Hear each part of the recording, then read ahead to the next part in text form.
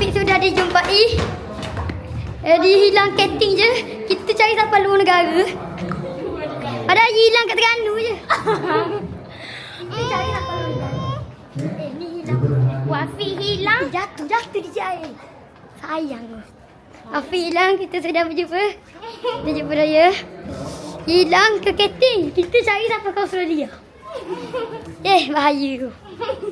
Oh, menyusahkan kau. Ni Wafiq. Kita sudah menjumpai Wafiq ya. Wafiq kena culik Okay. sebenarnya. Wafiq kena culik tadi. Ni dia. Mangsa hilang.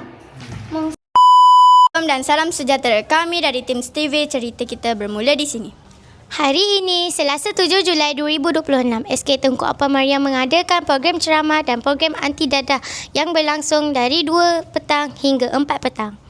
Program ini melibatkan semua murid tahap 2 dan bertujuan memberi kesedaran tentang bahaya dadah serta kepentingan menjauhi gejala yang tidak sihat.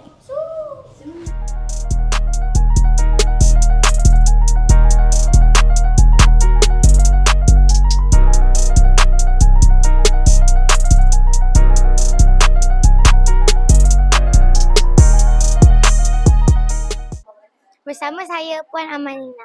Apakah objektif program ceramah dan program anti dadah ini diadakan kepada murid tahap 2? Objektifnya untuk kita kenal bahan-bahan terlarang dan dadah-dadah semasa supaya anak-anak ni celik, cerdik, tidak dibodoh-bodohkan oleh orang luar. Terima kasih. Apakah nasihat Puan kepada murid-murid supaya sentiasa menjauhi dadah dan gejala tidak sihat? Okey.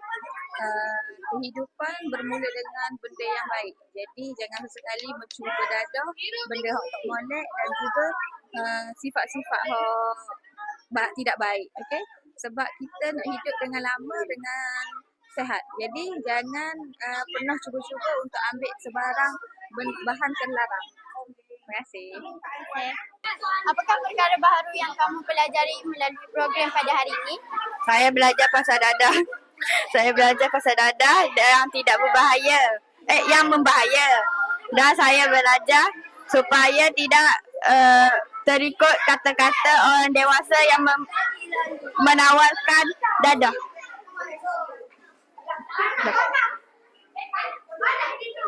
Apakah pesanan kamu kepada rakan-rakan tentang bahaya dadah?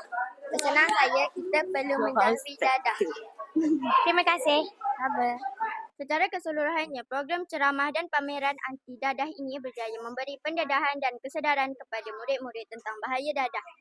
Diharapkan semua murid SK Tunku Apa Maryam akan terus menjauhi dadah, mengamalkan gaya hidup sihat dan menjadi murid yang disiplin serta berakhlak mulia.